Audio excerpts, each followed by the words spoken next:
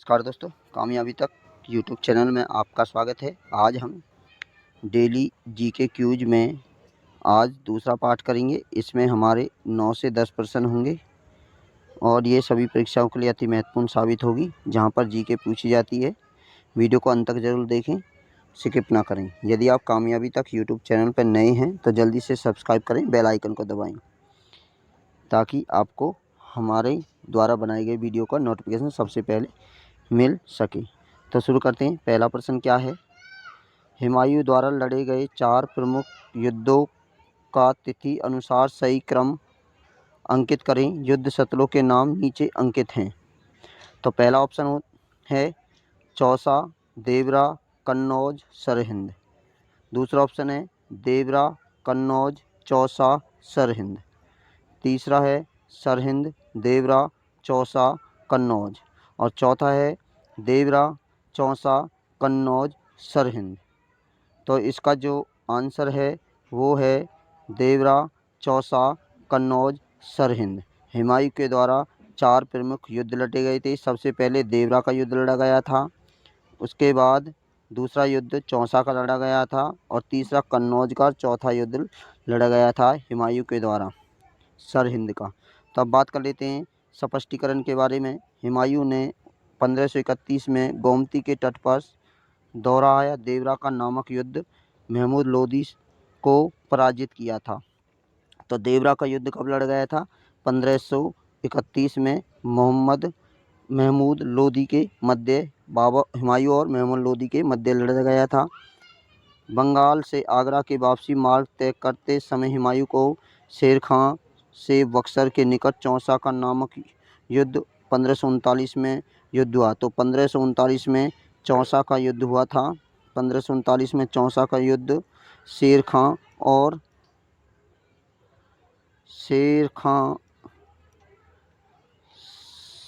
खां और हुमायूं के मध्य 1539 में बक्सर, बिहार में यह चौसा का युद्ध लड़ा गया।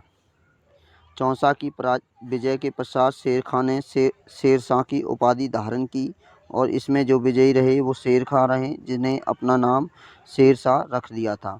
मई 1540 में कन्नौज बिलग्राम के युद्ध में शेरशाह ने हुमायूं को पूर्ण पराजित कर दिल्ली आगरा पर आधिपत्य प्राप्त कर लिया। और तो आपको बता दें कि देवरा का युद्ध 1531 महमूद लोदी और हुमायूं के मध्य हुआ, जिसमें हुमायूं विजयी रहा। चौसा का युद्ध 1539 में शेर खां और हुमायूं के मध्य हुआ, जिसमें शेर खां विजयी रहा। और 1540 में कन्नौज का युद्ध हुआ, जिसमें पूर्ण शेर खां विजयी रहा। और जून 1555 को सूर शासक सिकंदर शाह और मुगल सेना के बीच सरहिंद युद्ध हुआ था। सूर शासक और सिकंदर शाह और मुगल सेना के मध्य 1555 में सरहिंद का युद्ध रहा। इस युद्ध के बाद हुमायूं ने पूर्ण अपना खोया हुआ राज्य वापस कर लिया। तो यह रहा पहले प्रश्न का उत्तर। पहला देवरा का युद्ध हुआ, दूसरा चौसा का युद्ध हुआ, तीसरा कन्नौज का, चौथा सरहिंद का युद्ध हुआ। तो दूसरा प्रश्न क्या है? दूसरा प्रश्न है कांग्रेस की पहली महिला अध्यक्ष कौन थी? यह प्रश्न बार बार पूछा जाता है। निम्न में से कौन भारतीय कांग्रेस की अध्यक्ष रही? ऑप्शन है अरुणा आसफ अली, सुचेता कृपलानी, एनी बेसेंट या विजय लक्ष्मी पंडित। तो इसका जो उत्तर होगा वो होगा एनी बेसेंट कांग्रेस की पहली महिला अध्यक्ष रही और भारतीय कांग्रेस की अध्यक्ष रही। अब बात कर लेते हैं स्पष्टीकरण के बारे में। एनी बेसेंट का जन्म 1847 में इंग्लैंड में हुआ था। इंग्लैंड की निवासी थी, 1847 में जन्मी थी। वह प्रारंभ में समाजवादी आंदोलन से जुड़ी रही और 1893 में भारत में आ गई थी। 1847 में जन्म हुआ और इंग्लैंड के अंदर, और 1893 के अंदर भारत आ जाती है। बेसेंट ने 1898 में बनास में सेंट्रल हिंदू कॉलेज की स्थापना की। तो एक प्रश्न यहाँ से भी बन जाता है। तो 1898 में बनास में हिंदू सेंट्रल कॉलेज की स्थापना किसने की? एनी बेसेंट के द्वारा की गई और आगे चलकर इसका नाम बनारस हिंदू विश्वविद्यालय हो गया। 1917 में कांग्रेस के कलकत्ता अधिवेशन में एनी बेसेंट प्रथम महिला कांग्रेस अध्यक्ष होने का गौरव इन्होंने प्राप्त किया। तो ये प्रश्न का उत्तर हो जाता है कांग्रेस की पहली महिला अध्यक्ष एनी बेसेंट रही और इन्होंने 2 महत्वपूर्ण कार्य किए हैं।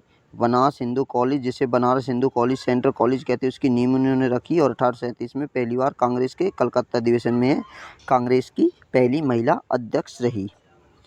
अगला प्रश्न है भारतीय स्वतंत्रता संघर्ष के संदर्भ में निम्नलिखित में से कौन सी घटना सबसे पहले हुई? ऑप्शन सूरत विभाजन, लखनऊ समझौता, सांप्रदायिक अधिनियम या रॉलेट एक्ट। तो इनमें से जो इसका उत्तर है वो है सूरत विभाजन सबसे पहले हुआ।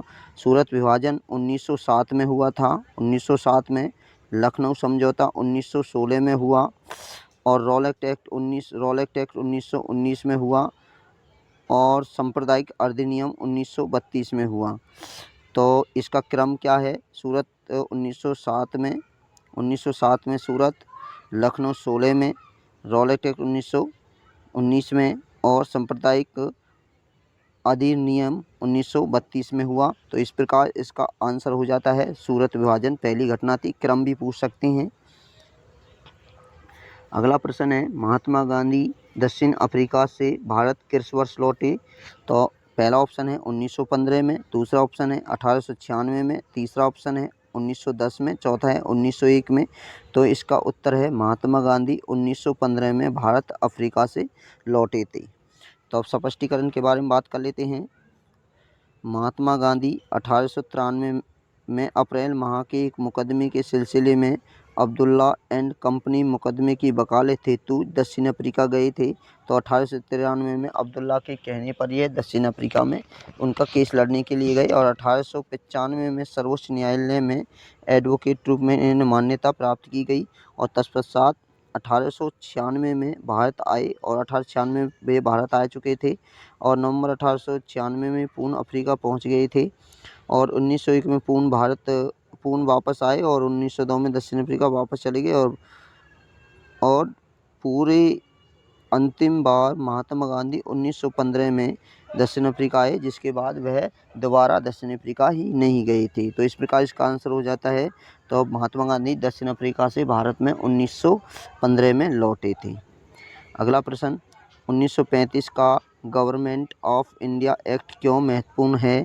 तो पहला ऑप्शन है यह भारतीय संविधान का मुख्य स्रोत है, दूसरा ऑप्शन है इसके द्वारा भारत की स्वतंत्रता मिली है, तीसरा ऑप्शन है इसमें भारत विभाजन उल्लेखित है, चौथा ऑप्शन है इसके द्वारा रियासतें समाप्त हुई हैं। तो इसका उत्तर होगा 1935 का गवर्नमेंट ऑफ इंडिया एक्ट। यह भारतीय संविधान का एक मुख्य स्रोत है। अब बात कर लेते हैं इसका स्पष्टीकरण। 1935 का गवर्नमेंट ऑफ इंडिया एक्ट विशेष रूप से इसलिए महत्वपूर्ण है क्योंकि यह भारतीय संविधान का एक मुख्य स्रोत माना जाता है। 1935 के अधिनियम के बहुत से प्रावधान उसी रूप में या कल्पितीय संशोधन परिवर्तनों के एक साथ स्वतंत्र भारत के संविधान में शामिल किए गए थे। तो इस प्रकार इसका उत्तर हो जाता है 1935 का गवर्नमेंट ऑफ इंडिया एक्ट भारतीय संविधान का मुख्य स्रोत माना जाता है। अगला प्रश्न भारतीय संविधान सभा का गठन किया गया। तो पहला ऑप्शन है भारत सरकार अधिनियम 1935 के अंतर्गत, यह भारतीय संविधान का मुख्य स्रोत माना जाता है। क्रिप्स मिशन 1942 के अंतर्गत किया गया था क्या? तीसरा ऑप्शन है कैबिनेट मिशन योजना 1946 के अंतर्गत, या चौथा ऑप्शन भारतीय स्वतंत्रता अधिनियम 1947 के अंतर्गत। तो भारतीय संविधान का गठन कैबिनेट मिशन योजना 1946 के तहत किया गया था। तो स्पष्टीकरण के बारे में बात कर लेते हैं। भारतीय संविधान सभा का गठन 1946 की कैबिनेट मिशन योजना के अंतर्गत किया गया था। अगला प्रश्न भारतीय संविधान में सन्निहित मूल अधिकारों की अवधारणा किस देश के संविधान से ग्रहण की गई है? तो जो मूल अधिकार हैं वे भारत के फ्रांस से की गई है, ब्रिटेन से की गई है, संयुक्त राष्ट्र अमेरिका से की गई है, इंग्लैंड से की गई है। तो मूल अधिकार लिए गए हैं वो संयुक्त राष्ट्र अमेरिका से लिए गए हैं। मूल अधिकारों का संविधान के भाग 3 में इनका वर्णन किया गया है। भाग 3 में संविधान के भाग 3 में इनका वर्णन किया गया है और यह 12 अनुच्छेद 12 से 35 तक इनका वर्णन किया गया है और पहले 44वें संविधान संशोधन 1978 से पहले मूल अधिकार 7 थे और संपत्ति के अधिकार को 44वें संविधान संशोधन से अलग कर दिया था। और इसे जो हमारे संपत्ति का अधिकार है उसका वर्णन संविधान के अनुच्छेद 31 में इनका वर्णन किया गया था। तो भारतीय संविधानों को भारत का मैग्ना कार्टा भी कहा जाता है और इसे संयुक्त राष्ट्र अमेरिका से ग्रहण किया गया था।